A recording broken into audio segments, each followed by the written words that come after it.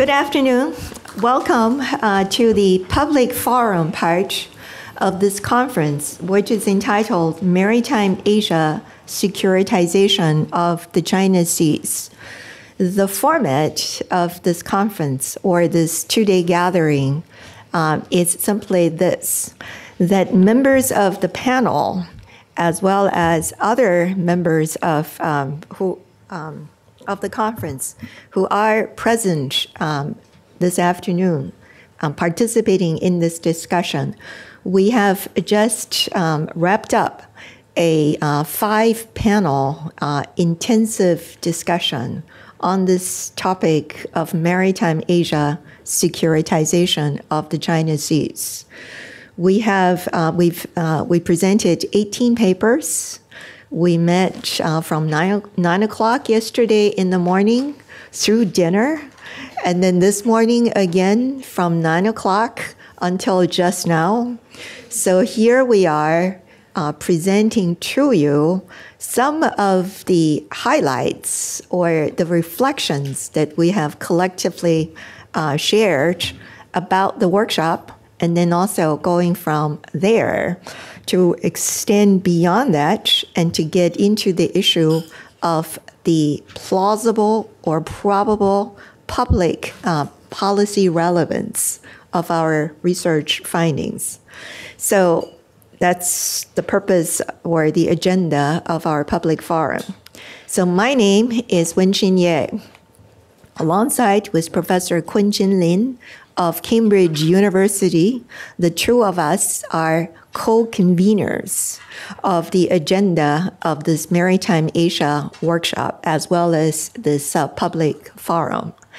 And for the public forum, I would like to acknowledge our appreciation of the financial support of the Taipei Economic and Cultural Office in San Francisco, and then also the institutional sponsorship of the Institute of East Asian Studies, the Center for South and Southeast Asian Studies, and the Center for the Law of the Sea, all 3 units at Berkeley. And then, of course, alongside with that, the institutional sponsorship of Cambridge University. So without further ado, let me just get started with the agenda of this public forum. Let me just start by saying that towards the end of our workshop, which is a workshop that brings together historians of China, as well as scholars who work on international relations, towards the end of the forum, we find ourselves asking this question: what is the most compelling question that we are asking these days when it comes to doing research about the maritime in the context of China? What is it that we are observing that we find to be of such compelling interest that it's clearly a domain that is attracting the research attention of many scholars from all over the world? Let me just point out that of the 18 presentations that we featured at our workshop, these are scholars coming from 3 continents and multiple institutions, and all of them developing new research projects in the context of Maritime Asia with an emphasis on China. So obviously there is a reason that we all go into it. And then also, speaking as a historian, we also find ourselves making this observation that China in the 18th century, for instance, even though there had been robust activities in the maritime domain by Chinese people going into Southeast Asia, immigration towards Taiwan, so on and so forth, or going, if we trace it even to an earlier period, in the 15th and 16th century, maritime Chinese activities trading in the direction of the Philippines, and it's all around Southeast Asia, one could argue that there certainly had been robust maritime activities in the direction of the sea, in moving towards the creation of capital, of wealth, and then also thanks to the movement of traders and settlers, of the creation of networked settler semi-colonial communities all across Southeast Asia. But we also find ourselves more or less making the observation that we are not quite ready to argue that thanks to these activities, we would identify a form of, say, Chinese capitalism or a form of informal Chinese colonialism, despite the richness of such activities. And then there is certainly no shortage of evidence of Chinese knowledge of the sea, of Chinese mapping of China's coastal areas, Chinese interest in maritime knowledge. But still, in comparison with China's continental interest, and then also organized activities pushing into Central Asia, we would not characterize China as a maritime empire, even though we would not suggest, under no circumstances, that imperial China, either under the Ming or under the Qing, lacked maritime capacity or lacked a knowledge and a capacity to engage with the sea. So we find ourselves in asking ourselves this question about present-day circumstances. Obviously, at this moment, we are observing a transformed China. This is a process taking place probably traceable to the 1980s, although some scholar would like to take it back to an even earlier point in time, that one might suggest that there is what we are witnessing here is a fairly significant paradigm shift with regard to organized, state-sponsored, institutionalized Chinese engagement with the maritime domain. And this engagement with the maritime domain goes beyond coastal waters or nearby seas, and with the Belt and Road Initiative, it has a global component attached to it. So we find ourselves wondering, is this a moment of paradigm shift? Is this our research question? And if so, what do we make of it? Or why is it significant? So with questions, we now turn to our panelists who will be able to share some insights from various perspectives. Our first presenter, commentator, is Professor Park Cassell of the University of Michigan. We all have the bio description here. Professor Cassell is the author of a major book, Grounds of Judgment, Extraterritoriality and Imperial Power in 19th Century China and Japan.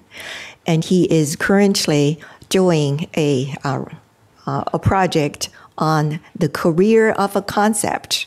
It's called sovereignty in the context of China. Professor Cassell, please. Thank you. So first I want to thank the organizers, Professor Lin and Professor Ye, and all the people from Berkeley for organizing this fantastic conference and creating these collaborative opportunities across disciplines and regions.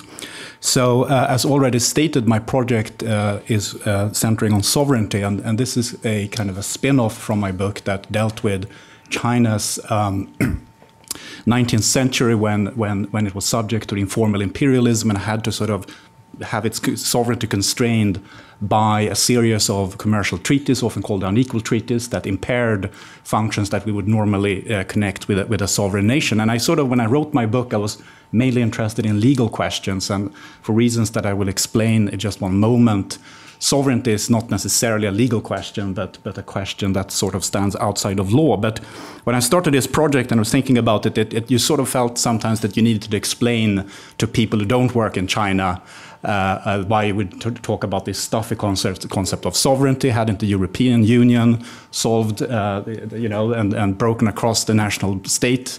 Haven't we sort of put all these things behind us?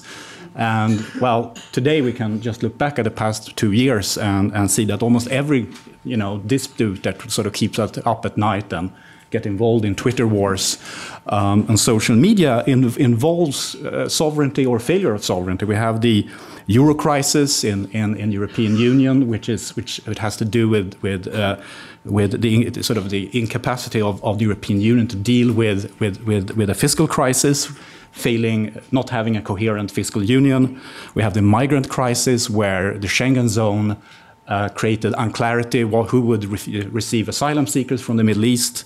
Then, of course, we have Brexit, which is a very sort of how shall I put it, almost sort of a throwback to an earlier era of assertion of popular sovereignty. And of course, in this country, the very much contested presidential election in 2016. All of these questions involve, in a sense, like who's got the final call over policies. And in the European case, we can see that a lot of faith that was invested in between nation states very quickly eroded when it came to sort of passing the buck and who would make the final call.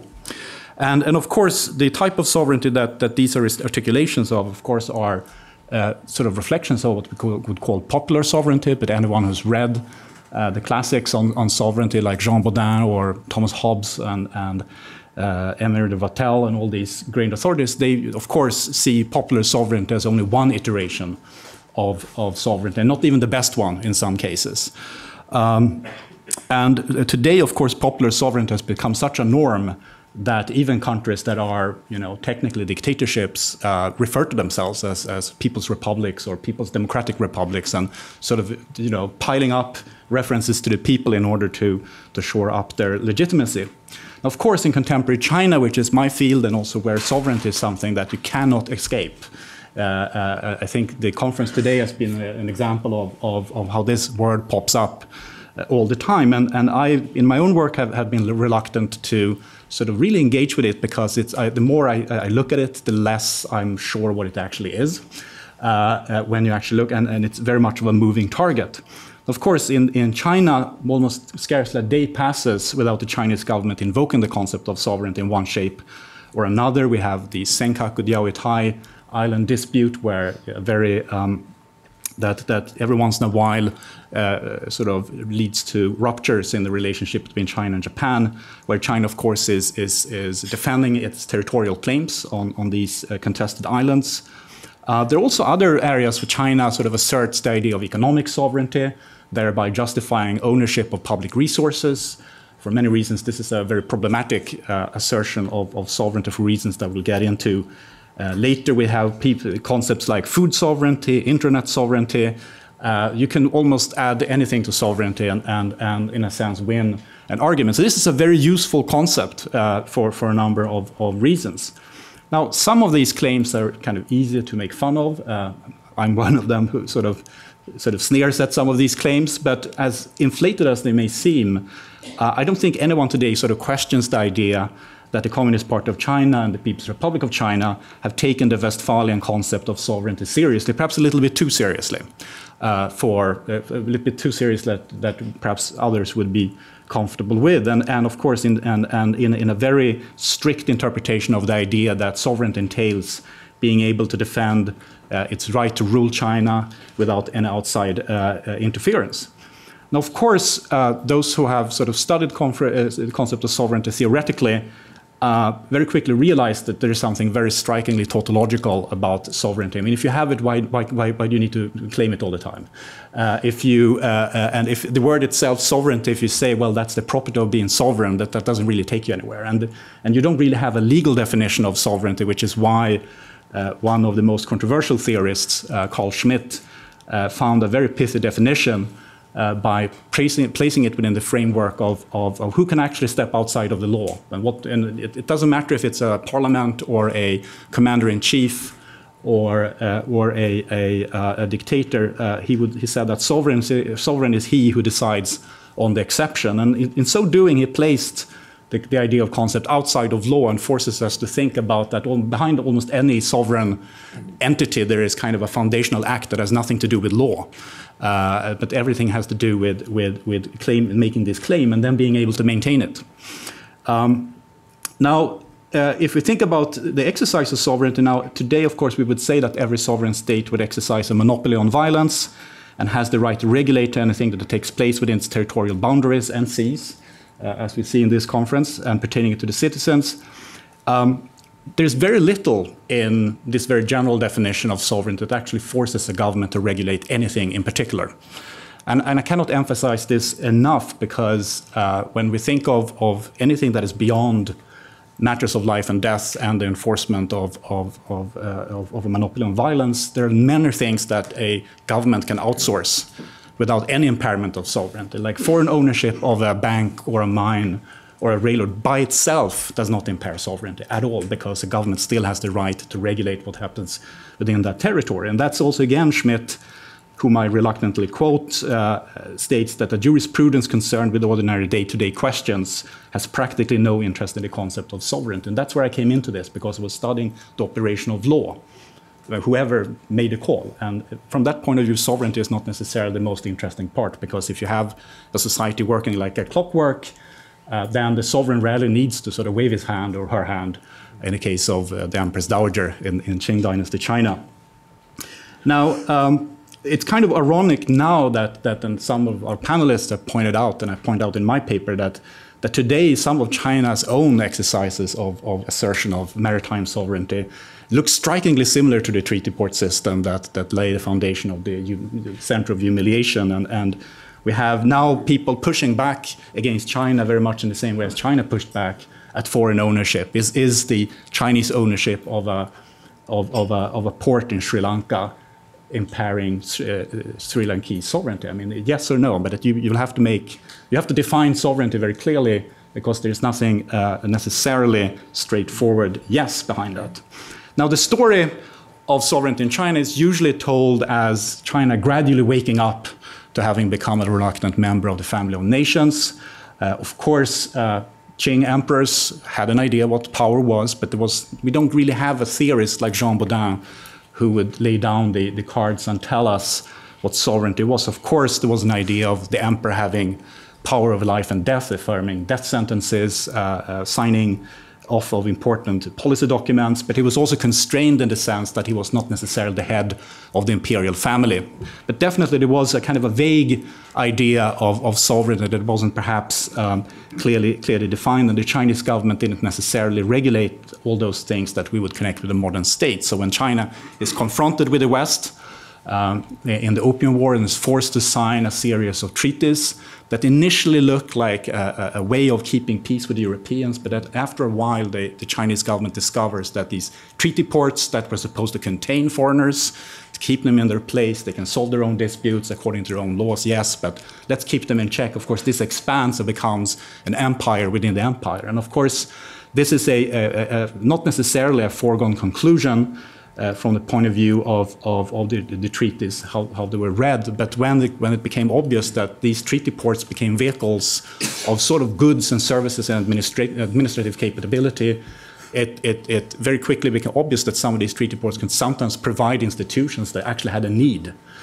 And it takes a while for Chinese governments to get back and realizing, hey, we're letting these foreigners do a lot of things that they would never let us do in their countries. And that's why these treaties became known as the unequal treaties. Now, this is kind of the story. And then, of course, China becomes a quick study. We have the Qing reforms in the late 1890s, early 1900s. A failed one and an almost successful one. And then, of course, we have the fall of the Qing Empire, where the republican governments of China, both the warlord variety and the Kuomintang, increasingly aggressively start to assert sovereignty. And this is where we get this curve, where we get this snowballing effect of sovereignty, that something that is understood in a relatively constrained sense because of the presence of extraterritoriality sort of muddles the water. So anything that a foreigner touches becomes a violation of Chinese sovereignty, because if a foreigner owns a mine, then the Chinese government couldn't do anything about its operation because it was subject to consular jurisdiction. So this is where we see this snowballing effect where where the Qing government and later the Republican government starts to argue that laying a telegraph cable violates Chinese sovereignty if it's owned by a Danish company, or the assertion of police authority. Even textbooks in schools in the 1930s are involved as educational sovereignty. So what I think is important to remember here and make a pause when we see this, that we, as historians, we have to be very careful not to take these claims at face value. I mean, the concerns were perfectly understandable and still are perfectly understandable if you have experienced what China did experience in the 19th century. But on the other hand, it's very obvious that some important doctrinal choices were made that actually have consequences today, which takes us to the present, because that when we see the long durée of Chinese 20th century history, the Nationalist Party and the Communist Party look very strikingly similar in the resurgence of sovereignty. Even after the unequal treaties are abolished, they really want to use sovereignty as an excuse for state building, for extending power, perhaps far beyond what the original theorist of sovereignty envisaged in the case of Jean Baudin, who thinks of sovereignty in a relatively constrained way. So this is where I think that it's and I probably don't have time to go into the details here, but if political scientists have in recent years started to, partially prompted by the rise of humanitarian diplomacy and intervention in, they trying to push back against this idea that the rest of the world is in a sense interfering in China's internal affairs when a dissident is being persecuted. So some political scientists have looked at how sovereignty has developed over time. And of course, if you look at the Treaty of Westphalia, it never says that the country has, it deals with the monopoly of violence. It deals with monopoly of violence within a given territory, but it doesn't necessarily entail freedom from interference in internal affairs. This is a later development, a contested development that doesn't really get going until the late 19th century, and of course culminates in the process where we have in the post-war settlement of World War II, with the rise of a number of decolonized nations that for good reasons did not want their former colonial masters to dictate their internal affairs. And thus the idea of sovereignty as entailing freedom from interference in your internal affairs is enshrined in the United Nations Charter. So what I'm interested here in getting at, and I'm not the only one getting at this, is that the Chinese sort of writ large, including the Qing Empire, the Republican governments of the 20th and 30s, and the People's Republic of China has been very good and successful in adopting and expanding the concept of sovereignty to the extent that we sometimes accept some of these claims at face value in ways that we probably wouldn't do in cases of many other countries. And one scholar who's written, an Australian scholar has written a book called Sovereignty, Responsibility to Protect, who's sort of written into this larger trajectory. So how much time do I have left? 30 seconds. 30 seconds? Okay. Oh, for what, this morning I traded some of my minutes. Now I want them, yeah. So anyway. Got to take over. Yeah. Even I can get talkative. So what, just to wind down these last 30 seconds of my thoughts, hoping to get feedback, is that I think that when we deal with these sovereign claims of China, like whether it be a resolution in the United Nations, or whether it be a dusty Qing document, I think it's very important to sometimes inquire what's actually behind the word sovereignty. Sometimes it entails state building.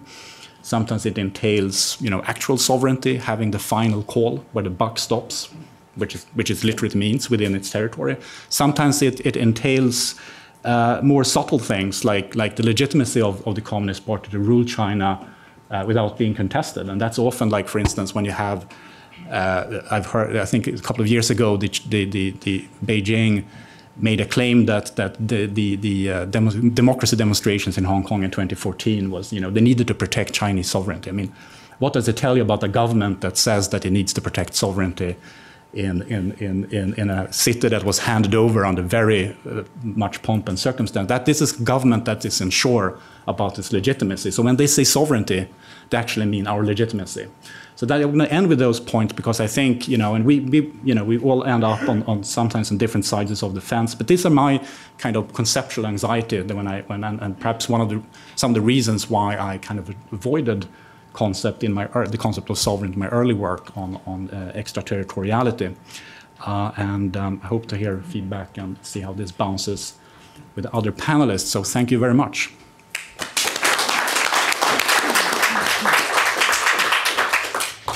Thank you, Par. I should report that Professor Cassell had succeeded over the course of these 2 days in introducing a deep sense of anxiety into the minds of the thinking of all of us when using this word, sovereignty.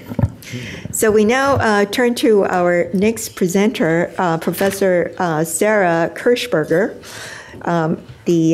Professor Hershberger is the author of a book, Assessing China's Naval Power, Technological Innovation, Economic Constraints, and Strategic Implications, which was published in 2015.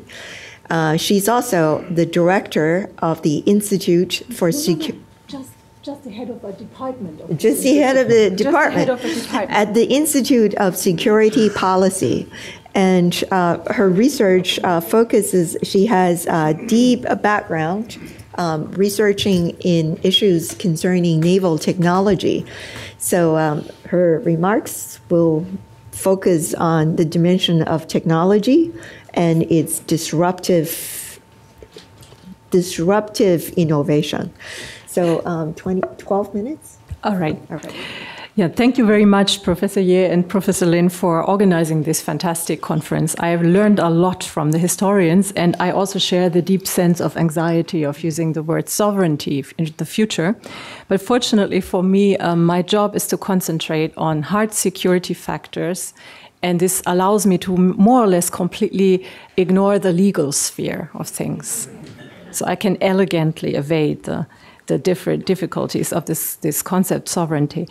So I would like to talk a little bit about the current situation in the South China Sea, the militarization of the South China Sea.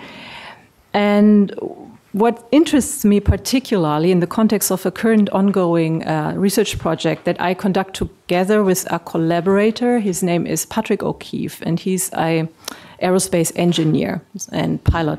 So we look together at the question, what are the drivers behind this militarization of the South China Sea, particularly from the point of view of China, and what are the consequences? What can we expect to ensue? So this build-up that we are seeing, which is very massive and unprecedented, has begun more or less since 2013, during the past 5 years. There have been some activities before 2013, but one can say that with the rise to power of Xi Jinping, this massive building of artificial islands and the full militarization of these islands has really taken off. And the question is perhaps to go back to a more conceptual question.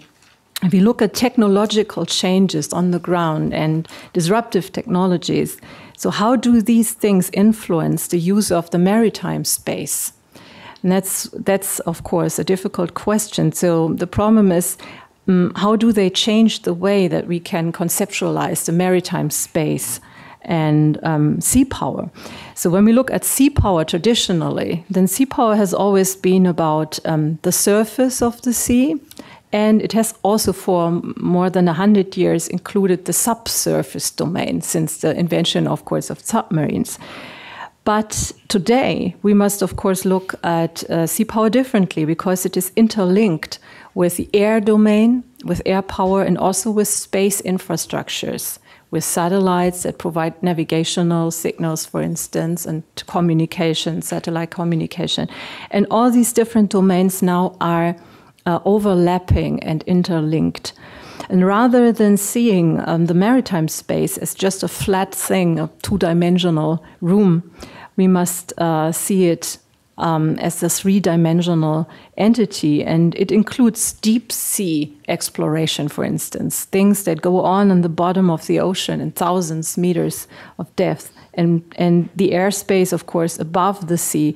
And nowadays it also includes the cyber domain, and this whole interlinking of all these domains has, of course, created new threats, new vulnerabilities. For instance, the possibility to influence through cyber measures, for instance, the accuracy of a navigational satellite signal.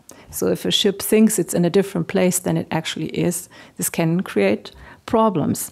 So these are some examples only that about the things that have changed about the maritime space and how we use it. So what about China? What are China's broad aims in a strategic sense? And China currently is in a military transformation process that is very, very far-reaching, and it is aiming for a fully informationized force. This is the term that the Chinese use for it. So the armed forces are to be fully informationized, and in the West we would say capable of conducting network-centric warfare, operations that make full use of these interlinked domains of sharing information between different units on the ground and in the sea and in the air. And this major goal of becoming fully capable of that, what does it mean in practical terms? It means that China needs to create a certain technical infrastructures and needs certain technologies that are just necessary to have that. It's not possible to have informationized military without these technologies and infrastructures. And these form the material basis of the whole enterprise of having an informationized force. So this is one factor that drives the current development, it's technological needs. And another factor is connected to the question of geography. Every sea area is actually very distinct and very different in its geographic characteristics. So maritime geography is really a factor that needs to be studied much more intensely, and not only by geographists, but also by political scientists. And this includes things like the subsurface maritime geography, which we call bathymetry. So the way every submariner knows that it's extremely important to know what the subsurface geography is like to operate a submarine safely. And of course, deep sea exploration and deep sea mining is also highly dependent on this type of knowledge that needs to be generated, so you can actually go down there and operate maybe autonomous vehicles in thousands of meters water depths, this high pressure environment.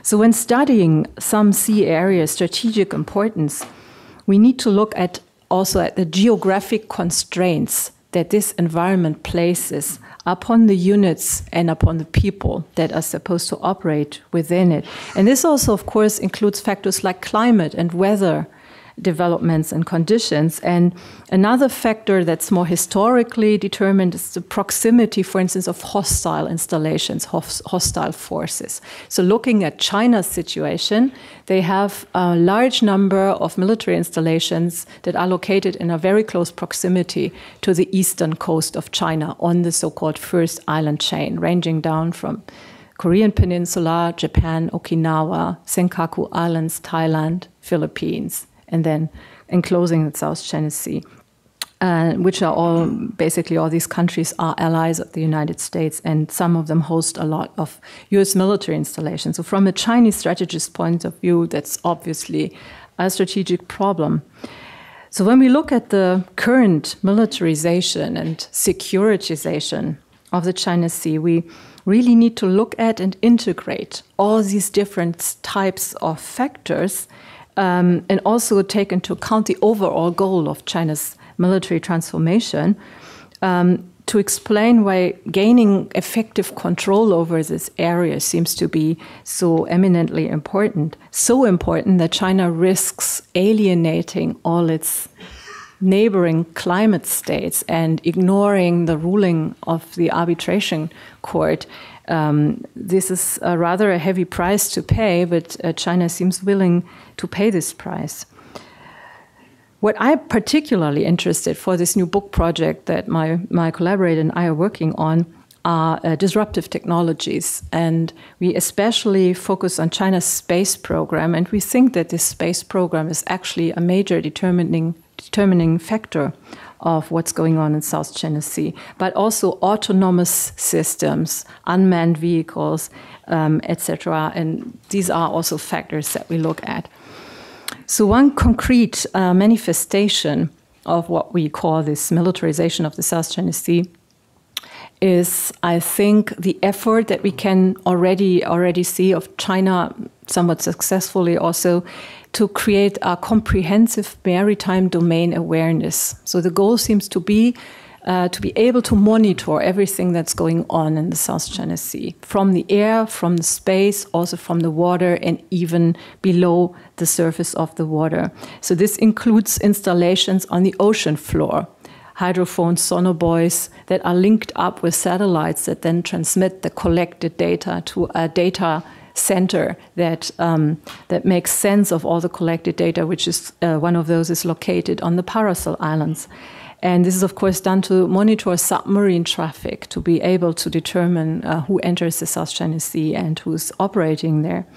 There's a massive presence of Chinese naval surface vessels at all times now in the South China Sea, a massive presence of Coast Guard vessels, and also a massive presence of civilian vessels, which one could in some cases also call paramilitary, because they operate as if they were fishermen, but there are indications that they're actually more than just fishermen. They seem to be coordinated and trained and subject to directions to basically be present in the area and show presence there and be massively numerous. So no other claimant state has the ability to match that sort of powerful presence.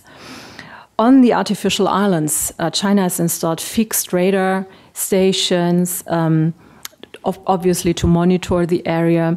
There are also airstrips and hangars. So several of the 7 Spratly Islands have actually been turned basically into stationary aircraft carriers. So they have enough hangar capacity to house the entire air wing of a Liaoning-class aircraft carrier, 24 fighter planes and several larger planes.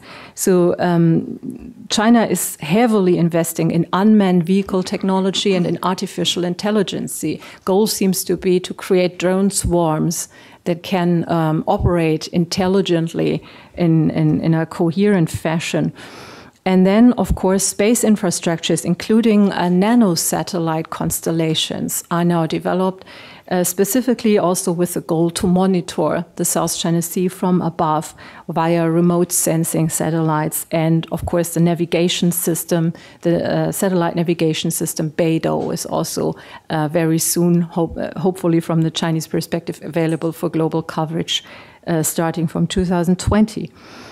So what this all boils down to is, I think we could really benefit from watching more closely the material evidence that is piling up and the infrastructures and the systems that are actually being put in place to securitize this maritime space and to explore how the new capabilities, what they enable in a technical sense, what can be done with them.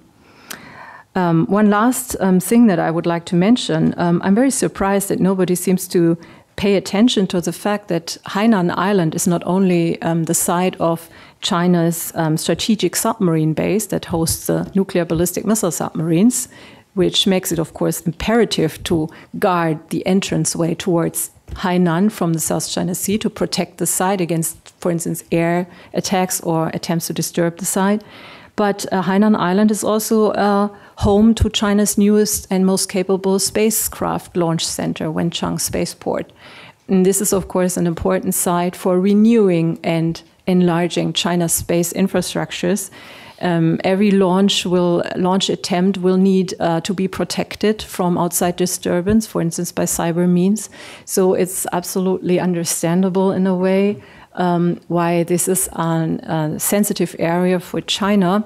And based on what I've seen, what they do, and how important these issues are from the Chinese strategic point of view, I am highly pessimistic that China would be willing to negotiate to withdraw from that area, to wind down its militarization of these reefs, or be willing to pay whatever respect to some legal solution that may be presented to China. I think that ship has sailed, and this militarization process is not easy to reverse short of actual war, which of course nobody wants to see. So that would be my remarks. Thank you.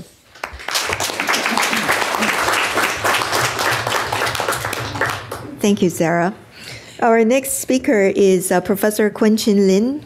Kun-Chin is a university lecturer in politics and director of the Center for Rising Powers at the University of Cambridge. He is also an associate fellow of the Asian program of the Chatham House. Kun-Chin, please. Thank you. 12 minutes. Yes, please. Thank you. If I may just thank the Institute for East Asian Studies Director Kevin O'Brien and Program Director Carrie for helping us put this all together. I also want to just mention my sponsorship for some of the programs I've been working on at Cambridge, which is the Chiang Ching-kuo Foundation European Research Scheme. What I would like to do today is to sort of take us through a thought exercise. And the thought exercise is predicated on sort of the current public discourse that we've had in the United States and to a lesser extent in UK about the rise of China as a naval power. So it seems to me that we're all sort of very concerned that China is a threatening power, that we need to cap somehow the expansion or the projection of Chinese naval power. And this seems to me to be worth sort of examining from a historical perspective. I mean, of course, the last, in political science, the literature that we're looking at, so-called, will be something to do with power transition, right? And the last great power transition is from the Great Britain to United States. We are currently seeing another power transition, whereas the Great Britain was a great naval power that through various, historical circumstances gave way to American naval supremacy, which has dominated the Asia Pacific since the defeat of the Japanese. But things are very different today. If we think about China as a naval power, there seem to be no strong interest group behind expansion of China naval force. This is not Great Britain or all these other European powers with the East Indies companies where merchant fleet is supported directly by the naval power. At this point, maritime economy is very important to China, but the number of fishermen and people who are directly engaged in the ocean, they probably don't need the Chinese to be militarized in the area of their activities. So what I would like to do in this thought exercise is to compare the United States to China conceptually as naval powers and try to figure out where the commonalities they could have and the differences that are facing China as it attempts to become a naval power. So let me just start with this. It's not meant to be an overview of naval power development or any kind of foreign policy diplomacy history, so please don't hold me to that. So in terms of similarities between China as a rising power and United States back in the late 19th century and 20th century, one is the exceptionalism in foreign policy and strategic culture they pursue. And exceptionalism in a sense that partly due to their continental nature and due to a lack of power parity in the region. So as we know, China has always been sort of greatest power in Asia, and US, of course, the Western Hemisphere. Most of their history, the United States in the 19th to 20th century were avowedly anti-colonial. And we can see today that China also today denies any hegemonic intentions or any territorial ambitions. And at the same time, both countries have acted as fully engaged superpowers in their realms with means and justifications to intervene across land and sea. So the exceptionalism here is notable. So instead, the sort of constant in their foreign policy is not so-called the divide between, being isolated and engaged. It's the moralistic sort of framing and discourse, the shiny beacon on the hill versus Xi Jinping's sort of moral realism that Professor Yan Xuetong has written about in Beida, and also the whole idea of tianxia, sort of that Professor Wang Gongwu and National University of Singapore has written about. So China has a certain conception. And the conception, both the American and the Chinese conception, is predicated on a sort of hierarchical view of the world and their role, these respective countries' role as a leader or the center in this hierarchy. So the natural comparison, of course, in sort of foreign policy direction, would be for us to think about the Monroe Doctrine that America had in the 19th century as compared to what the Chinese are arguing nowadays. So if And some an analyst like Robert Kaplan, who has basically argued that China's rise as a naval power is just inevitable, and the United States basically has to accept some sort of accommodation, grand strategy, or face warfare. And so, Professor Kaplan will argue that why not? Why not give China the realm to expand as a naval power? Now, so another characteristic which is common to both the United States and China is that this sort of overbearing diplomatic approach toward lesser powers. And this is something that we know very well. So there's a sort of difficulty in reconciling national interest with these countries' sort of in principle support for universalism and collective action in the region. So we have American open door policy in the 19th century, which carried over at the height of this European sort of imperial thrust. Americans continue to insist that they simply want open trade. Today, we have Beijing being sort of very defensive, being the sort of champion of liberal values and international institutions. At the times, the states are scrambling to retreat from further integration into multilateralism and obligations. So this is more than a criticism of hypocrisy. I'm arguing that there's a sort of fundamental tension between these two great powers' independent course of action and the expediency that they face in working alongside other countries in a sort of governance approach. So having said that, I want to sort of move on to something specific to islands. So why should we care?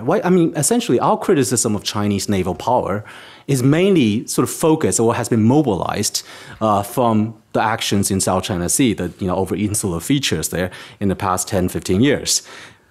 Where do we start from that? What does that tell us about the comparison of United States to America? Well, an analyst has pointed this out, that America as a naval power or as a maritime power is notable for, quote unquote, for its uncanny ability to be both everywhere and nowhere, to be omnipresent and yet deterritorialized. Now, what does that mean? Well, we always criticize America being empire, imperial outreach, and all those other things, right? Outstretch, sorry. Well, starting with the technologies of control over space, first developed by the British, the underwater cables and chains of codes and supply stations, Americans have chosen this sort of island hopping over the riskier sort of land strategies of colonialism in its expansion. So Alfred Mahan's maritime power was realized by Teddy Roosevelt via the Pacific and Caribbean island nodes, Guantanamo, Puerto Rico, Virgin Islands, Guam, Wake, Hawaii, Midway, Samoa, and from the defeated Axis powers after World War II, Marshall Islands, Palau, Northern Marianas. All these places remain today as U.S. protectorates in various legal formats, Commonwealth, Free Association, whatever. I can't even begin to understand. Maybe Park can enlighten me. But with all the sort of problems, economic exploitation, political domination, and administrative neglect, as we've seen with recent years with Puerto Rico. So we talk about sort of China's land reclamation nowadays and the militarization of the South China Seas. But guess what? When America was mobilizing for World War II in the aftermath of the Japanese attack on Pearl Harbor, the Pacific Islands saw a very similar, if not even greater, buildup of the Pacific and both Aleutian Islands on the Bering Sea of unprecedented scales. We're talking about, at one point, 112 military base installations were put up every month. Farmlands were raised, locals were recruited to become construction workers, coconut palms blown up, coral reefs filled in for runways, everything. Everything we accuse of Chinese doing, it was happening as the U.S. prepared for the leapfrogging strategy. Secretary of State Harry Stimson said at the point that these islands became outposts, not annexed, not colonized, but outposts, since nothing else was more important than military functions on this island, and no one protested. Sure. So that strategy continued with the Cold War. The US took over critical communications lines and port functions from Great Britain during the wartime collaboration, leaving Great Britain with this sort of hollowed out sovereignty, so to speak, over the territories, which doesn't matter anymore. The expansion of US network power without formal territorial control became the hallmark of George Kennan's containment policy. As US leased hundreds of the islands, peninsulas, littoral spaces from declining empires in emerging developing countries. So the narrative of constructing islands as demographically empty but geopolitically important, strategically vital to the United States, helped the Americans sort of reconcile this cognitive dissonance between its self-representation as a republic, all the values of anti-colonialism, democracy, and capitalism on one hand, and the single global superpower standing before the Soviet, the Red Communists, right? So Thomas Johnson, someone well known to us for years, has said that US was not an empire of islands, but one of bases, connecting through the military infrastructure of communications, economic control, so SLOCs, the sea lanes of control, reproduction of military-industrial complex interests. So this kind of conception of American empire, I think, is quite informative, because if that's what we're looking at, given the fact that I've already sort of explained that there are sort of fundamental cornerstones of foreign policy principles and self-images shared between America and China, do we see then the Chinese action in South China Sea Islands as a part of this development? Okay. So after having said that, I'm going to pull back and say why this might not be the case. What have been some key differences when America was rising back then, and then today's with China's rise? Well, many things are different now. So let me just ignore the obvious ideological regime differences and focus on a few things. One is sovereignty, returning to that. The UN Charter has made it very clear that obviously you're not allowed to take over land. Boundaries are sacred. And what we've seen in political science, we study warfare, and nowadays warfares are very unclear. It's internal wars and wars that change regimes but not boundaries. Second is that China is very different in terms of its insertion into the global capitalist system. China is far more trade dependent than the US was. In fact, US did not become more, so trade dependency is measured by economists as a percentage of trade over GDP. The Americans did not exceed that single digit until the 70s. And whereas China is heavily dependent on trade. So this is something that cuts both ways, in terms of protecting its interests. And second is that the whole global sort of shipping, the logistic industry has gone through revolutions where the ships that are, so the flags that they fly, the registry system does not represent the power of the state. In the past, these were overlapping, but now they're separated. And another thing that's important, I won't focus on technology changes, which Sarah has talked about, but environmentally it's very different. We don't imagine the Chinese can blow up nuclear bombs as Americans did on Marshall Islands and have no one talk about it, right? And lastly is UNCLOS. So this is the so-called Constitution of the Sea. UNCLOS, the UN Convention for Law of the Sea. And this is really interesting because UNCLOS is one of the regimes in which critical negotiation process had Chinese contribution. So the Chinese can't say, well, this whole system was imposed on us. But in fact, UNCLOS has been very open to debate, and Professor Song will tell you more about it in terms of its definition, its application, its obligations. But very important is that as China decided not to oblige, not to comply with the decision of The Hague in 2016, Philippines versus China, it has to think about the consequences. Even if it doesn't agree with how UNCLOS operates, the question is, if China establishes a reputation of not following the law of the sea, what does that mean for its operation in the Arctic? UNCLOS is the defining principle of Arctic cooperation, the Arctic Council. So as China sort of if islands are important, if these overseas projection powers are important, UNCLOS is something that's very different in terms of what the Americans faced before and what Chinese face today. Thank you. Yeah.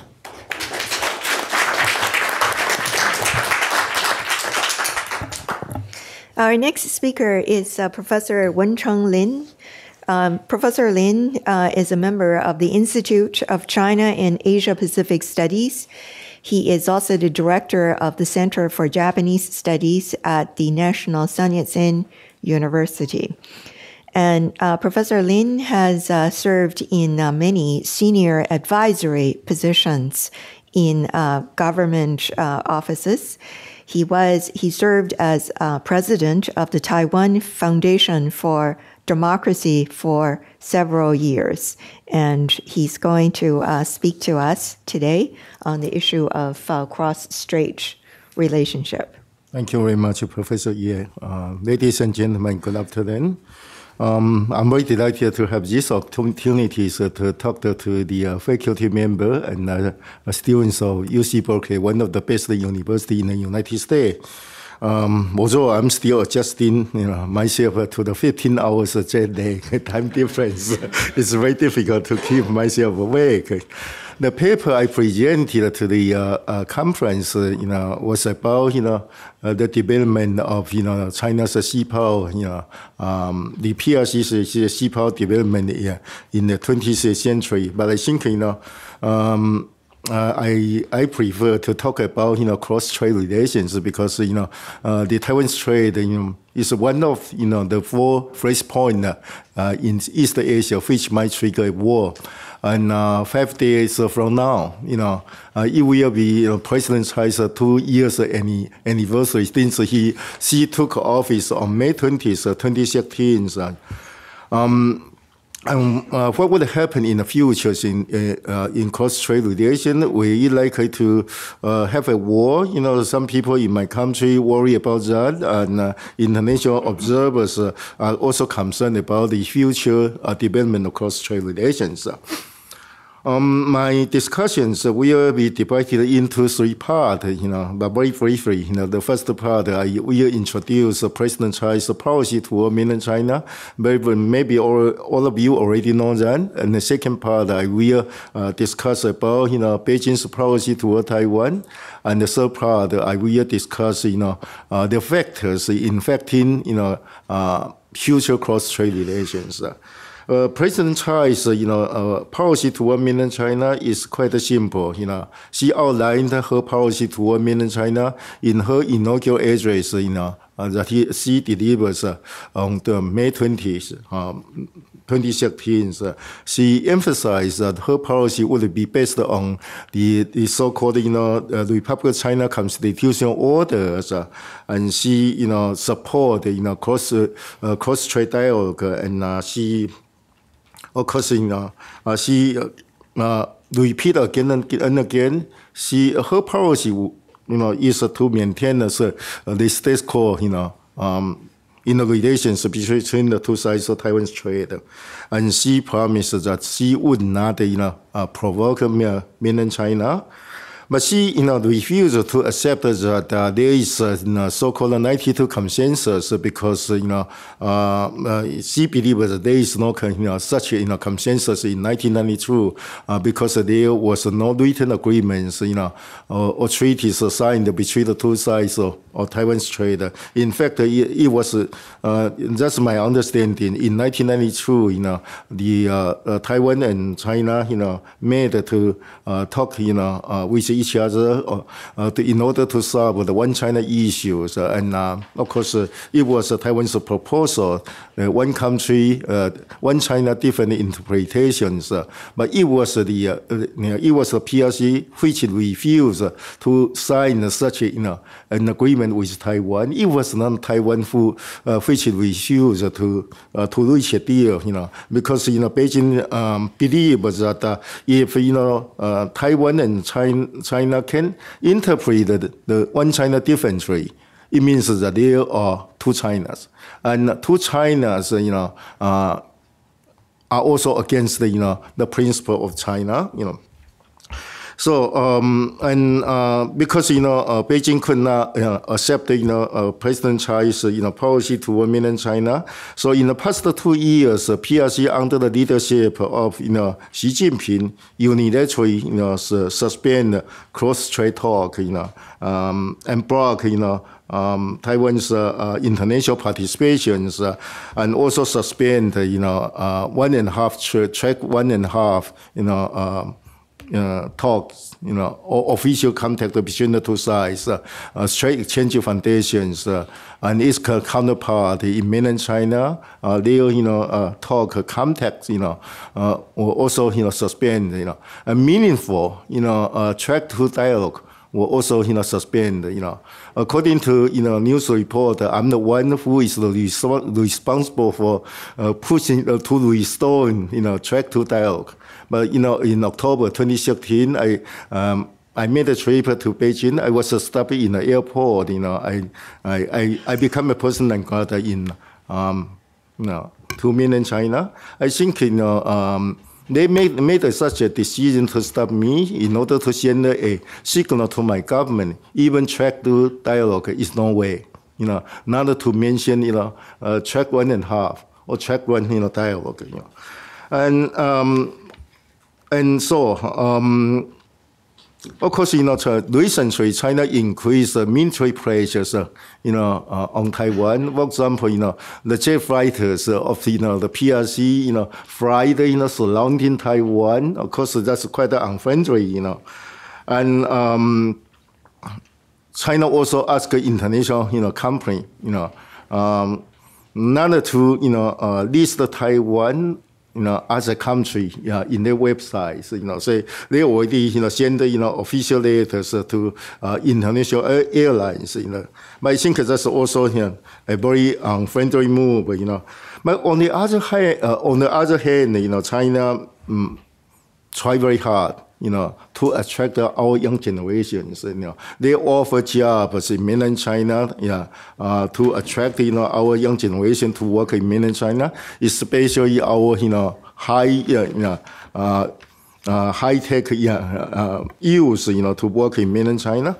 But look into the future. So coming 2 years, I'm personally not optimistic about cross-trade relations, but I think there are 3 groups of factors which might affect future cross-trade relations. Number one, the PRC's social, economic, and political changes in the future. Everyone is talking about advancing China. China is big, but China is a big country with huge problems. For example, China faces the problem of environmental degradations. Recently, maybe in the past years, more than 20,000 factories in Tianjin alone was forced to close because they could not meet the criteria of the environmental protections. So it means that China is very determined to improve China's air pollution, water pollution. To some extent, that's good, but that's also a dilemma to China. On the one hand, environmental problems has become such serious issues, and sometimes it triggers demonstration, protest in China to challenge the local authorities or the central governments. On the other hand, China faces the problem of economic slowdown. So how to continue to maintain high cross rate in order to create enough job to convince the Chinese people that the Chinese Communist Party is doing a good job, and so it deserves the support from the people. So China faces such a dilemma. So of course, there are other serious problems. So for example, the gap between the rich and poor, the gap between the coastal area and hinterlands, also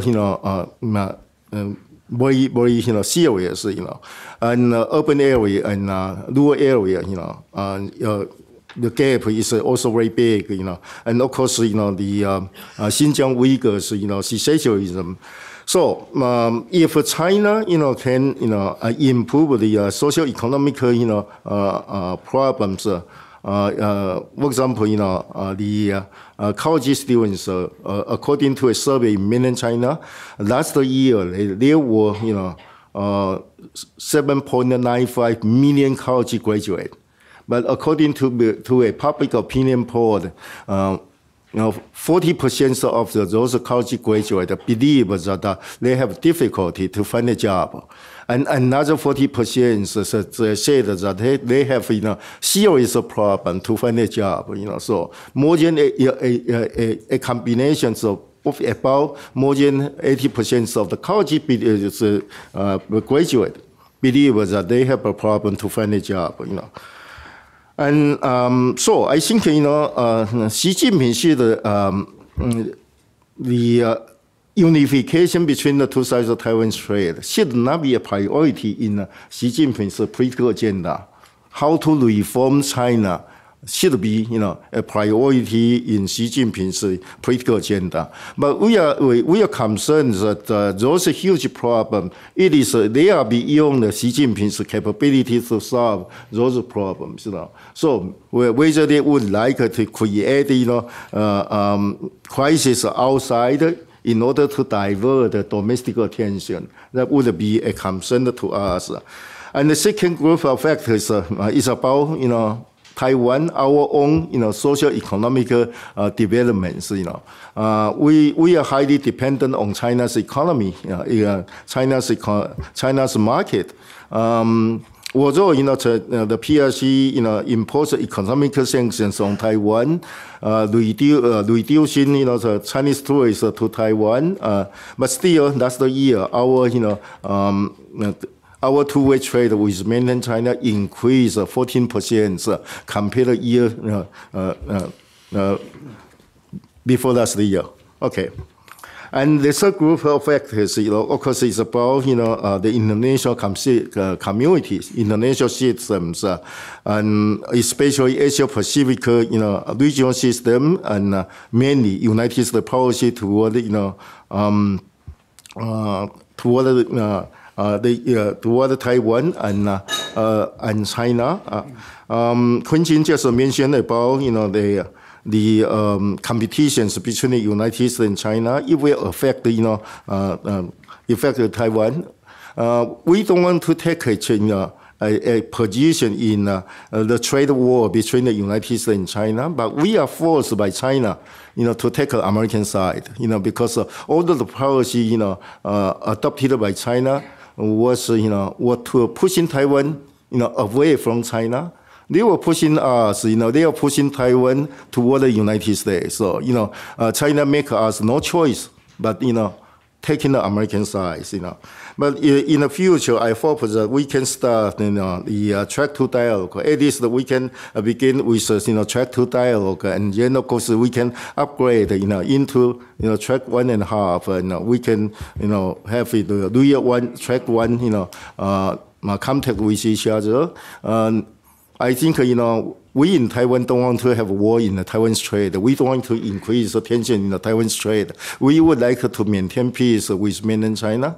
But the two-way, communication, two-way relationship, is not for us to decide, alone, And that's why, President Tsai urged again and again that the two sides must sit down and talk with each other. But as I said, in the coming 2 years, I'm not optimistic. I'm sure the cross-trade relations might continue to be in stagnation. Thank you very much.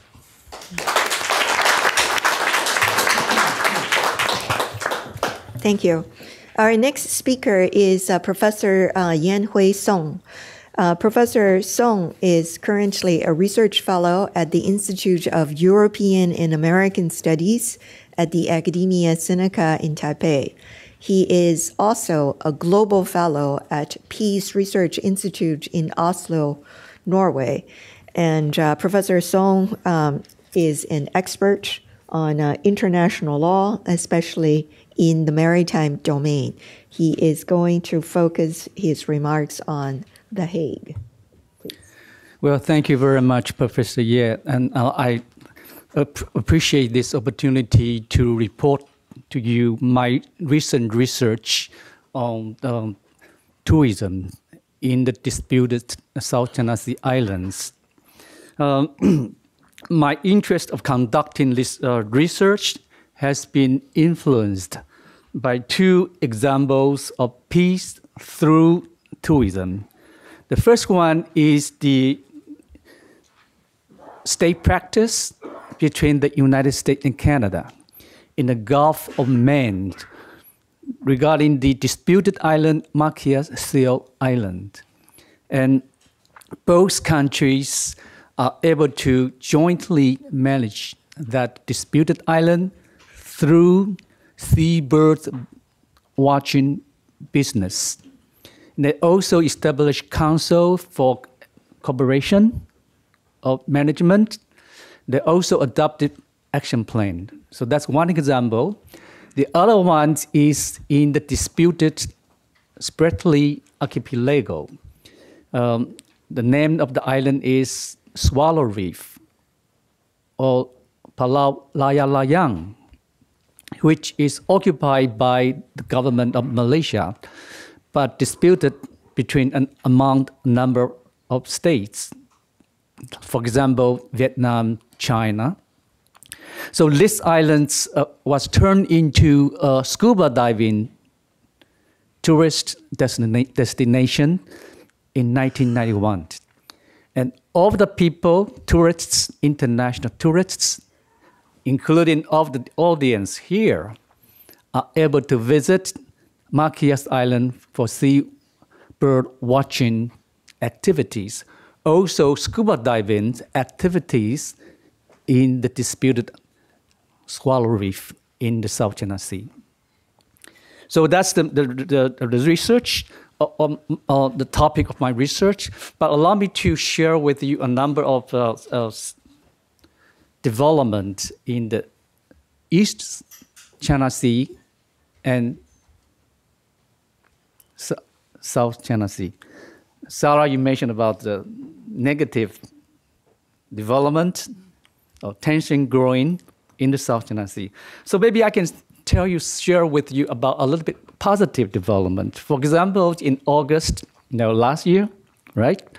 ASEAN and China adopted the framework of Code of Conduct. And this year in March, actually, they began that kind of official negotiation on adoption of the Code of Conduct. And the Philippines, China, both of them, bilateral joint development cooperation, they are probably coming to have the outcome very soon. And in addition to that, we see that kind of a maritime cooperation between the ASEAN and China, plus the participation of ASEAN member states in the Chinese proposed Bear Road Initiative, especially 21st Maritime Sea Road Initiative. What about the East China Sea? Also, on May 9th, we see that kind of cooperation or progress of reduction of the tension in that semi-enclosed sea between China and Japan, because they signed agreement. They agreed on conflict communication mechanism, which include hotline to prevent maritime and area incidents over the dispute island in the East China Sea. That's Diaoyitai Island or Senkaku Island in that. So that comes to the important thing that we can think about the possibility or the idea of promoting joint marine and cruise tourism in the disputed islands in East China Sea. And also in the South China Sea. Is it possible to do that? And how are we going to do that? As a scholar doing research, and I see a number of legal bases, political bases. For example, joint statement, declaration of maritime cooperation between China and ASEAN, between China and Vietnam, between China and Malaysia, China and Philippines, and so on. And then we recently, maybe you heard about the Boao Asia Forum. And then Hainan province, the island province of China, is going to be turned into international tourist island, right? And then maybe 59 countries, including American, Europeans, they go there without the need to apply for visa. And then they have that kind of cooperation with ASEAN port cities to develop so-called Pan-South China Sea Cruise Tourism City Alliance. And they are also proposing to establish the Pan-South China Sea Tourism Economic Cooperation Rim. But that kind of cooperation at this moment not include the disputed islands. I'm talking about the Paracel Islands and the Spratly Islands. So next week, I'm going to Beijing, and I'm going to ask them, well, this kind of tourism should be open and sustainable. And my idea and my thinking is that kind of peace through tourism. If all of the international tourists are allowed, are able to join the cruise tourism in the dispute islands, do you think that it's necessary to have more warship to be sent by so-called outsiders to the South China Sea to escalate the tension in the region? When some outsider, maybe from Europe, maybe from somewhere, to send warships, we are going to see that kind of counteraction from China for sure. If that's the case, we are going to see escalation of tension in that semi-enclosed sea. So final word, in the interest of time, both East China Sea and South China Sea, we have been seeing a number of official statements made by the leaders of Japan and China regarding East China Sea to transform that sea of conflict into sea of peace, friendship, and cooperation. Likewise, in the South China Sea, since 2005, the three national oil companies of Philippines, Vietnam, and China, they signed an agreement, joint seismic undertaking agreement to study potential oil and gas resources in the disputed areas by agreeing that kind of dispute will be put aside. And then that kind of precedent, are we able to apply that to the dispute island? So anyway, my conclusion is next week, so maybe if I'm successful, and then maybe next public forum of this one can be held on one of the cruise ships in the disputed water. And perhaps another one, our workshop, Professor Ye and Professor Lin, maybe we can ask for some kind of funding that we go to one of the cruise ships and for our further discussion. Well, thank you very much.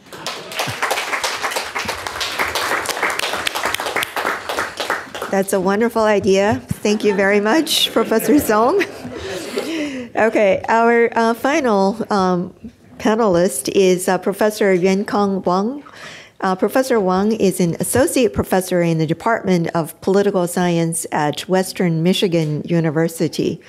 He is the author of Harmony and War, Confucian Culture, and Chinese Power Politics, which was published by Columbia University Press in 2011. He adopts a realist explanation of the Sinocentric tributary system, and he has been successful, provoking many interesting conversations with the rest of us at the workshop. Professor Wang, please. Thank you, Professor Ye. And I'd like to start by saying this is the first time I can give a talk and while having wine. So thank you, Berkeley. So this has been great. And I'd like to start by thanking everyone for being here. And in the interest of time, I'd like to make 4 points. And the first point I'd like to make is that, as Professor Ye had just said, I'm a realist. And the first point is really China has actually been a realist in international politics. And my book, it was a study of Song Dynasty and Ming Dynasty. And I found this kind of historical pattern of China's foreign policy behavior, and that is that the country was defensive when it was weak, and it became offensive when it became strong. So, and this pattern is exactly what we are seeing today in what China has been doing in the South China Sea. Right? So just take the Ming Dynasty, for example. Right?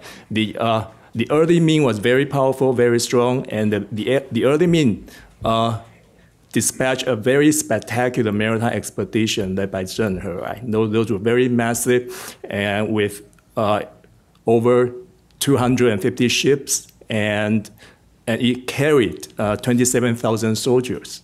So it was a massive maritime expedition that human beings had never tried in history, and Ming China did that. So, and it also attacked Mongols. According to Ming sources, that Ming China sent 500,000 troops. The number may be exaggerated a little bit, but it tells you the scale, and at least 8 times, right? And it also conquered Vietnam. So Vietnam was turned into a Chinese province for about 20 years, right? And so when the country was powerful, it was very outward-looking, very offensive, right? And then when the country declined, then that's when we see the Great War. So the Great War that we see today was built by Ming China, but it was built only after the country had declined in power. The early Ming China did not build any war. So when you think about, I think Casey was talking about Chinese exceptionalism, right? There's this idea that China has this kind of a preoccupation with defense, or China's foreign policy has been purely defensive in nature. It's actually the myth, right? The Great War is a symbol of this kind of defensive occupation, but if you look at the history, it's not really like that. And so what we are seeing today is really that China is coming out of the policy of Tao Guangyang, right? Keeping a low-profile foreign policy. And as Xi Jinping said, this is a new era, right? To quote him, right? And he said it's time for China to walk closer to the center stage of the world. And why is this happening? Because China is getting more and more powerful, more and more stronger, right? It's the number 2 economy in the world, and it is also the number 2 military spender in the world. So if you just look back to 1980s, right? China's GDP was only 7% of US GDP, 7%, right? And today it's about 60% of US GDP now. And so the rise is rapid, very spectacular. So what we are seeing is actually what realists have been saying, a pattern that fits historically, and there's really nothing surprising to see why China is becoming more assertive in the South China Sea. It's kind of like a logical next step. And the second point I'd like to make is that China has been a great sea power in history. That is that because this workshop is about Maritime Asia, right? And we tend to think of China as a continental power, which is true, but China has had a powerful navy in history. Right? So starting from the Southern Song Dynasty to the Yuan Dynasty to the early Ming Dynasty and even to the Qing Dynasty, they have a navy, and even the Ming Dynasty actually had what we call command of the sea. Right? It lasted about 30 years. China basically dominated the ocean, right? And so it's kind of should not be difficult for us to imagine China having another powerful navy in the future, because it has been done before, and it could still be done in the future. And one of the key things throughout history is really that there are 2 factors affecting Chinese sea power. First is the military threats, and the other is resource constraints. Right?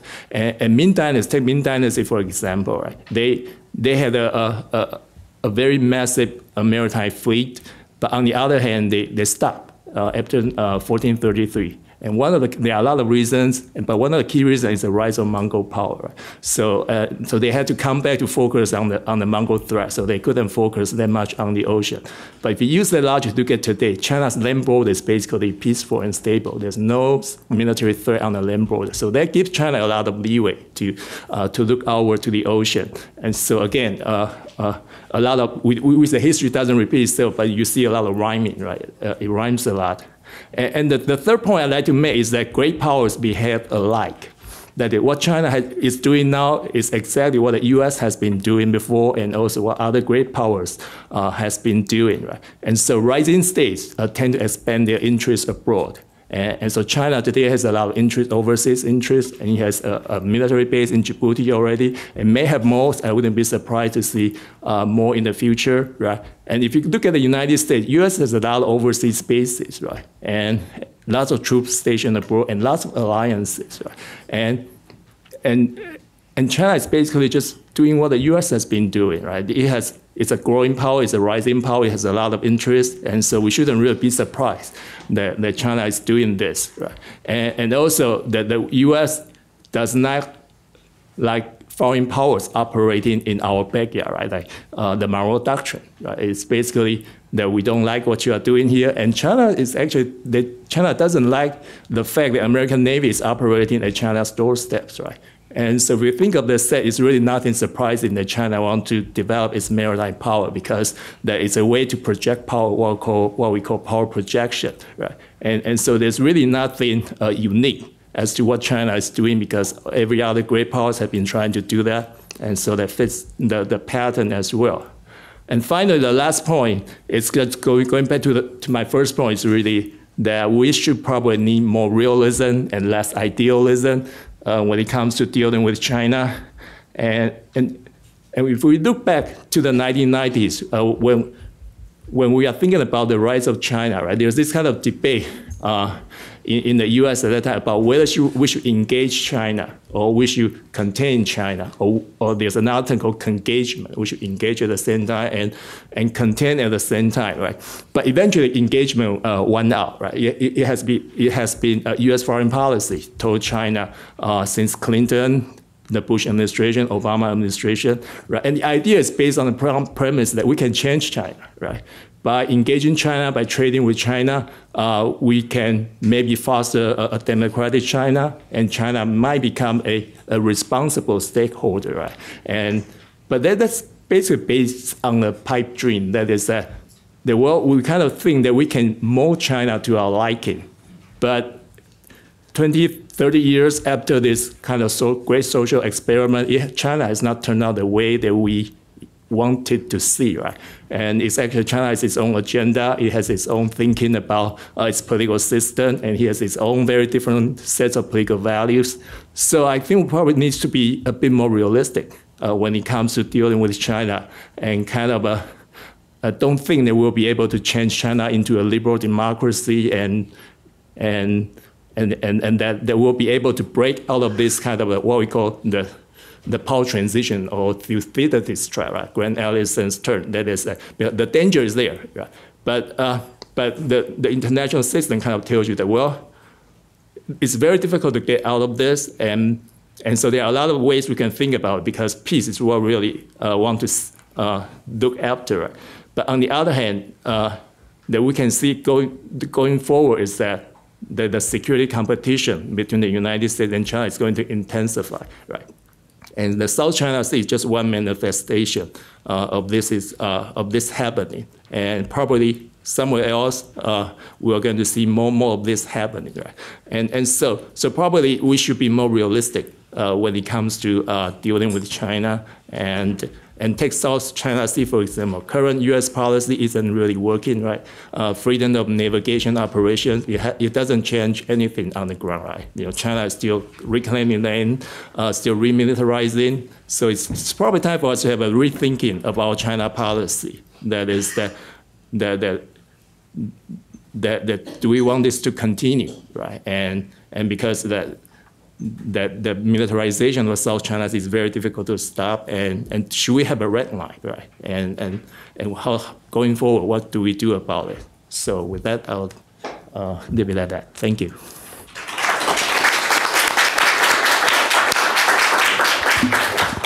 So we've now heard from all the panelists on the nature of the challenge that China as a maritime power might pose. And then also you might have discerned a spectrum when it comes to prospects, prognosis, optimism about dealing or engaging with China. So do we have questions for each other at this moment? Do we? Do you? If not, shall we open this up? All right, and invite questions from the floor. Please. Thank you all.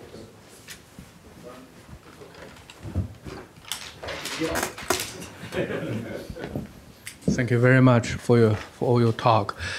I was thinking, 30 years ago, Ronald Reagan met Gorbachev in Helsinki. After that, all the dictatorship countries in Europe collapsed. 30 years later, today, this Donald Trump, I think maybe he wants to be the second Ronald Reagan. He will do something. And now you can see Taiwan Economic Culture Office provide you guys the funding. And I'm thinking, what can we contribute to this lady to bring back to her leader? I think I can contribute one idea. I think now time is a really great opportunity for Taiwan government to catch the great opportunity, to catch this golden time. Everybody know what's going on now. So can you bring a question to your governor, to your president, ask her, what can we do to take advantage of the current good situation? The other side, the communist country, actually, the economy under such pressure, the mainland China economy actually is approaching the age of the bankruptcy. They are surrendering. Now is the great time. Catch up the great opportunity. Do something. Thank you. Other comments?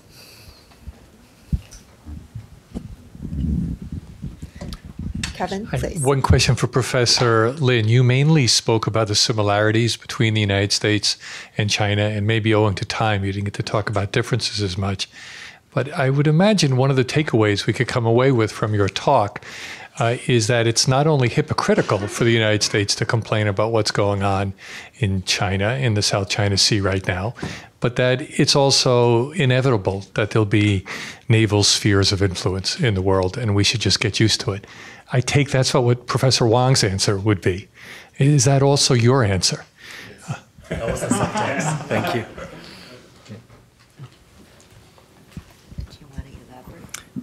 Maybe in a little while, maybe we can take more questions. Sure. Okay. Thank you, Ken. Richard, please. The discussion has been about South China Sea.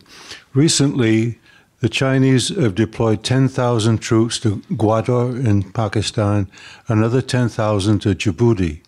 Does this mean a shift in policy, and what rationale has the Chinese government given for doing this? Thank you for the question. Do we want to? It's up to you. Should we take more questions? Shall we take more questions? David? Yes, I was struck by the comparison that Professor Wang and Professor Hershberger made regarding the Ming expansion and current expansion. And I'm wondering what kinds of constraints. Thank you. I'm wondering what kinds of constraints can you see operating if you were to contrast those two periods? I think the rise of the Arab world in the Ming may have provided a constraint on Ming expansion, as well as as you said, the rise of the Mongols ending the great voyages. What sort of constraints exist both technically and politically today? That may affect the Chinese, especially the expansion towards Europe and Eurasia. Thank you. Matthew? So I got two questions, if that's all right. One to Professor Lin. You were talking about similarities and differences between the rise of China and the United States' naval powers. So in the West, there was a sort of anti-imperial discourse, a discourse that went against what the state was doing. Has a similar discourse emerged in China? And I have a question for Professor Castle as well. You talked about how China's used the Westphalian concept of sovereignty.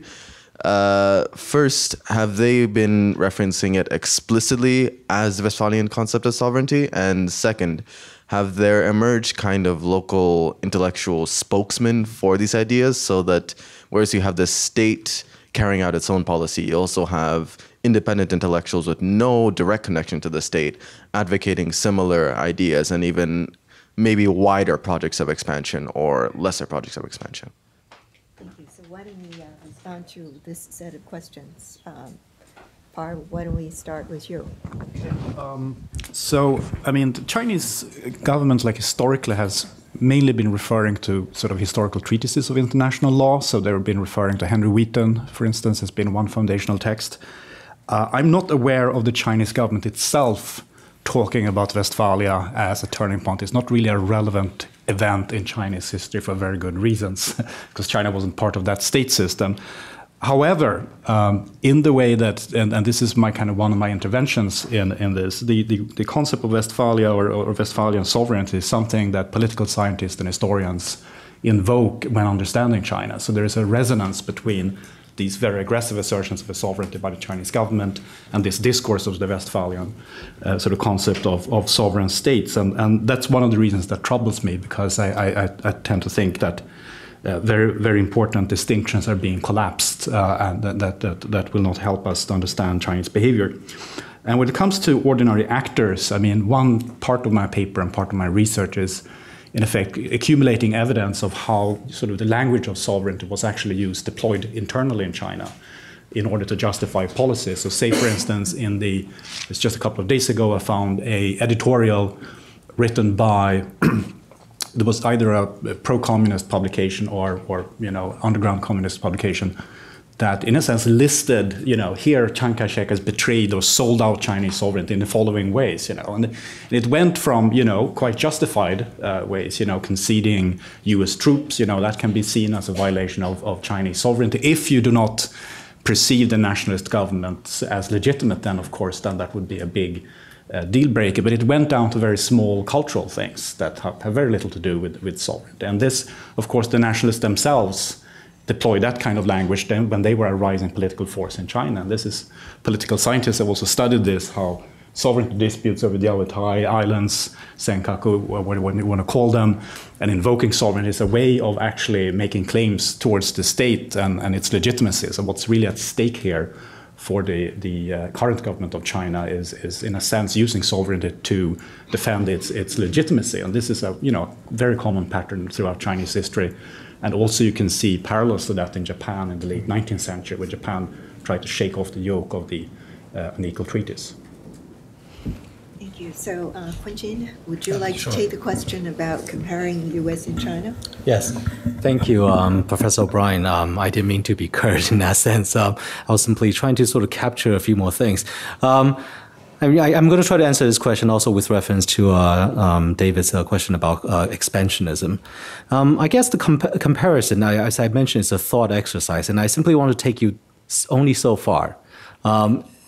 Sure, I mean, beyond the whole hypocrisy, I think I'm also pointing to the fact that America, and then this echoes Professor Wang's point, is that America and China have these sort of untenable, conflicting principles of organizing foreign policy that have sort of exhibited itself through certain contexts, and they are historical contexts for exceptionalism for both countries. But now is not the time. Now these principles need to be dismantled, re-examined, and various other things. So, for example, the whole idea of whether China could take, for example, copy the American strategy of violence, it's not possible. It's a different context. Not only is our sovereignty much better defended in the UN Charter nowadays, but there are just not that many islands to be taken over. So you could do the proxy strategy of ports, right? This is what Maritime Silk Road is about. This is what the Chinese Navy, having sort of experimented or tested or learned from their operations in the Gulf of Aden, have discussed and proposed these sort of, ports that are being converted into supply lines, maintenance, and possibly dual use. This gentleman mentioned about Djibouti. Quite right. I wouldn't say that it's a change of policy. China has been saying that they don't have a port, so overseas military installation port, for many years, but they never said that they were not going to have one. They simply pointed out that it was false for the Americans to accuse China of having these tendencies, but now they have one, their discourse will have to be modified. But I think the problem, the broader problem, is that when the Chinese enter into the space, right? And with the similar constraint, the Americans did not want to have colonialist accusations lined up against them. The Chinese enter into this space. They provide high costs for access, right? Infrastructure, loans, whatever else. At the same time, the question is, what do they get from that? Well, one of the problems is that they get themselves into entanglements which cause complications in their fundamental roles in global regimes. One of the things I was suggesting to you in terms of differences between American rights and Chinese rights is that China, right at this point, finds a great deal of its interests protected by its embeddedness in international organizations. So UNCLOS is one of these key examples, but also Chinese peacekeeping missions. That's what Chinese sort of, its leadership in global climate change mitigation. All these are constraints. So when the Chinese were to go into these African ports and other places and claiming that it's going to be a win-win situation, but when these ports go bankrupt or when the states have to pay back for their loans for supporting the Chinese effort, is it still a win-win situation? And if it's not a win-win situation, how would the Chinese negotiate loan defaults and various other things, which apparently will be the Chinese will be accused, as they have been already in Africa, of being neo-colonial. So I think a lot of these new constraints, which China is forced to confront increasingly today compared to, say, 10 years ago, shows that the maritime policy will be much more circumscribed than the American policy had in the past. What is really interesting is that I think for the few islands in South China Sea, the strategic, while the sort of technological and strategic intention could be quite clear or visionary, as Professor Hershberger has pointed out, it's a sort of space, air, maritime combination that makes these islands so special. But at the same time, there are serious costs to be paid for this. In investing in the kind of capacity for these islands, the Chinese are diverting funds away for other priorities as well as other military capability. There are also arguments as to, well, if we put all this money into this, how are the problems of energy security and other things addressed by this? Are they actually being addressed by these militarization islands? And the argument is probably not. These are considerations I think the Chinese are facing, which will make the idea of the Chinese empire, if you want to call it, very different from the American brand. That's kind of what I was suggesting. Thank you.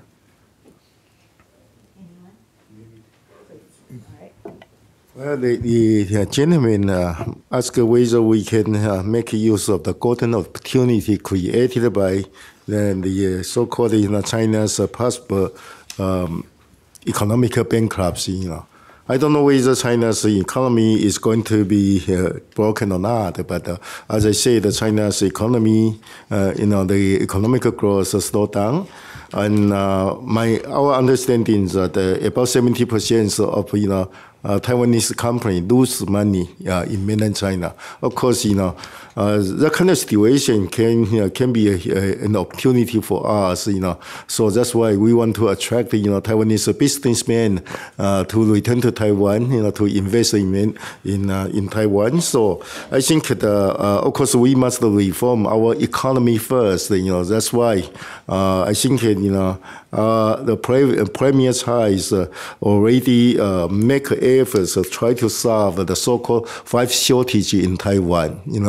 The shortage of water, the shortage of the industrial land, there's a shortage of workers, the shortage of electricity. But frankly speaking, it takes time. So I think of course Taiwan as a young democracy, the confrontation between the opposition party and the ruling party frustrate us a lot. Hopefully, we can encourage our different political party to cooperate with each other to solve those problems as soon as possible in order to create a better environment for investment. Thank you.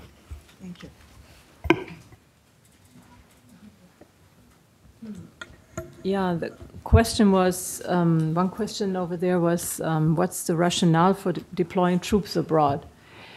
Or what is the explanation officially given for that? I think it's important in these questions, one must always look at the 2 different levels of explanation. One is always the official explanation why this is done, and then there are normally internal discussions within China, and some of these can be accessed.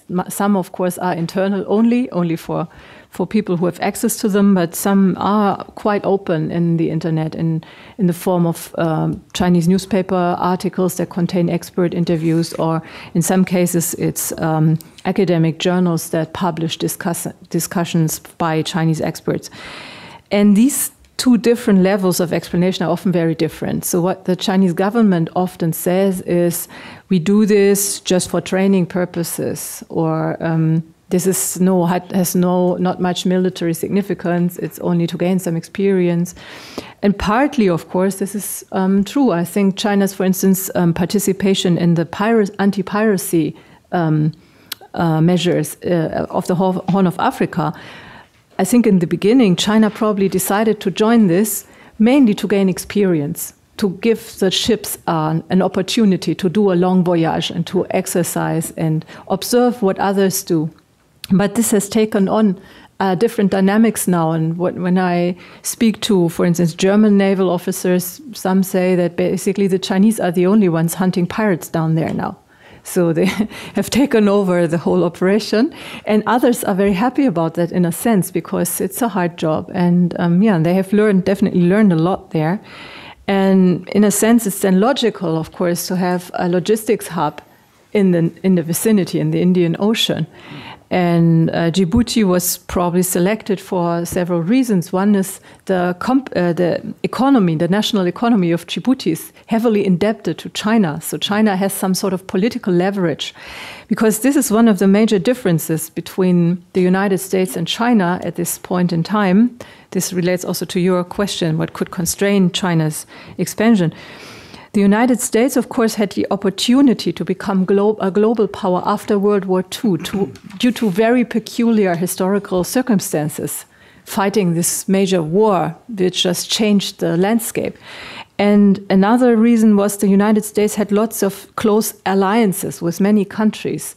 China is still in the process of building up such relationships, and it has very long had an isolationist approach, you could say, to foreign policy. So some people say the United States has friends and China has business partners, and there's a difference.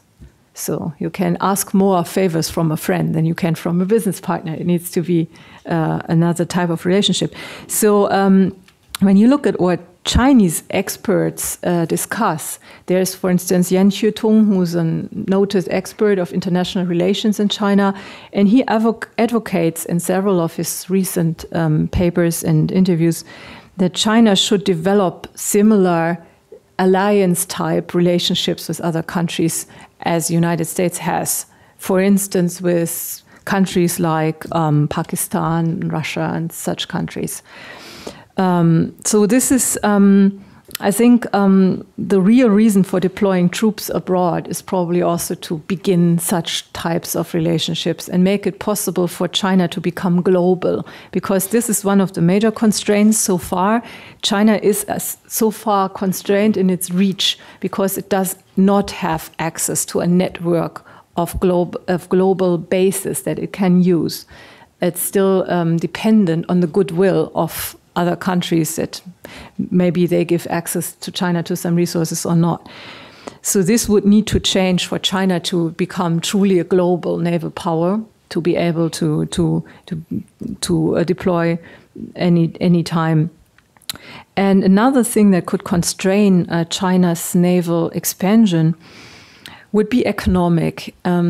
Building up a navy and operating a navy on this scale that China is aiming at is extremely expensive. It's a heavy burden on the national economy. And at the moment, this is not a problem for China. They have funds to spend there and are investing this money. But it's certainly not a given that this needs to stay this way all the time. So we don't know what's going on exactly in the Chinese financial system right now. There might be some factors, some risk factors that could at some point maybe flare up. Also, if the growth rate, the GDP growth rate, is slowing down more than it's been in the past few years, who knows how many other problems could become expensive in terms of solving them. And there's a limit, definitely, to what any country can spend on military expansionism. So if it comes down to a choice between fighting air pollution or paying social security pensions, or maybe solving a big problem in the financial system, which could also become very costly, then the problem is where do you save money? And usually what governments do, the first thing they cut is expensive weapon systems that probably you do not need then in that moment, perhaps 6 aircraft carriers, maybe 3 will do, That's how you can quickly save some money. So this would be one possible scenario that could constrain what China is doing. But if the economy does not slow down and if the funds are available, then I would think that this development that we've been seeing would continue. China would try to operate in more far-flung areas such as the Atlantic Ocean as well and the Arctic. Just imagine if China and Russia become even closer than they already are. They could maybe also become partners in that sense and share experience operating in the Arctic, and the Russians could be more active maybe in Asian waters. They are already exercising their navies together in European waters, such as the Mediterranean Sea and the Baltic Sea has happened last year. So this is also a scenario that could become more real. Okay. Thank you. Professor Song? I would like to respond to the first gentleman's question regarding the situation across the Taiwan Strait. Now, if we look at the situation on the Korean Peninsula, now if North Korea is willing to abolish the nuclear program and open the testing site for the observers and so on, and the peace is possibly to be promoted on Korean Peninsula. And on June 12th, President Trump and Kim Jong-un are going to meet in Singapore. So that's unification in the future is possible. Now, why not in the Taiwan Strait? Now, we know the tension being reduced on Korean Peninsula, but tensions are growing across the Taiwan Strait. We see that Chinese bombers, surveillance aircraft, warships surrounding Taiwan and so on in the air surrounding Taiwan, and that kind of tension growing. Now, is there any way, is it possible to find a way to improve the cross-strait relations or situation? So should China do more or do less? Should Taiwan do more or do less? When I say China do more or do less, maybe coercion, maybe this kind of military threat, maybe peaceful development. From Taiwan's perspective, probably 92 consensus, probably not the arms sales, probably more action, more program to improve cross-strait relations. So my question, to respond to your question is, should both Taiwan, mainland China do more or do less? Or the other way around is one should do more, the other one do less. And then we reverse. One should do less, the other one do more. I'm talking about the Taiwan cross-strait situation. So that's the question for the leaders to think about that, to have the win-win solution. I come from Taiwan. I know the situation in Taiwan. Right now, that kind of political deadlock, stalemate, I don't think that's good for both sides. So we need to have that kind of confidence build major. And I'd agree with you, President Chai should have done something more. But in which direction, I don't want to say anything on that, but for the benefits of people across the Taiwan Strait, peace, stability. Thank you. Professor Song. So Professor Wang, please. Just on the Guadalajara case, I think Professor Isabella Jackson presented a very interesting story about the Guadalajara, China's interest in Guadalajara and how it parallels with the international settlement in Shanghai. So a lot of some level of extraterritoriality and some tax exemption, preferential treatment. And so, again, great powers do the same. And so what China may not be aware of it, what China is doing in Guadalajara and other elsewhere echoes a lot of history. And the question about constraints is a very interesting one. I can think of two possible constraints. First is domestic stability, and one indicator is that China's internal security budget is larger than its military defense budget. Just think about it, right? They worry more about in domestic security than about external security. And so that tells you something, right? And so related to that maybe economic problem, because, well, maybe economy starts growing and they do not have the resources. Again, resource is a key constraint. And so maybe that's one possibility. And externally, probably with India, and because there's still an unresolved border dispute with India, and we know India is rising as another great power. So, but then again, the Himalayas, the terrain geography there, and India has a navy too, and so that kind of constraint will be very different from the constraint the Ming Dynasty faced in terms of the Mongol threat. Thank you. Thank you. So from this set of remarks, I believe once more that the panelists, on behalf of our workshop, are sharing with you our sense about how that this is an interesting time. That is, it's an extremely dynamic time. And then the issues that we are discussing are also very important issues with real life consequences. And the possibilities, as always, are many. And then ways to think about plausible solutions, desirable solutions, or ways to think about possible scenarios are also many. So with our workshop, over the course of these 2 days, what we have done is we have decided, or we have selected, to engage or to begin our engagement with these issues simply from two disciplinary perspectives. One is historical, centered upon China, its past, its present, the evolution of China, the transformation of China, the way that China fashions itself, behaves as a nation. And then the other perspective is from the angle of international studies or international relations. And again, there are multiple angles, legal, economic, technological, and comparative. So as a way of concluding our remarks, I would simply say that we've done what we can in 2 days, seeking to set agenda and to further articulate ways to pursue this discussion.